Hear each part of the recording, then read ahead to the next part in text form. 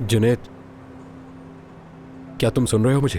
अब सुन रहा हूँ। करीम साहब ने तूबा से उसका फोन, लैपटॉप सब कुछ ले लिया है। इसी वजह से तूबा से तुम्हारा राब्ता नहीं हो पा रहा।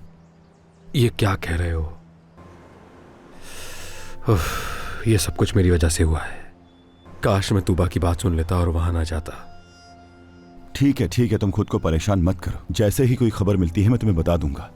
ठीक है, शुक्रिया मेरे दोस्त। खुदा हाफिज। ख्याल रखना अपना।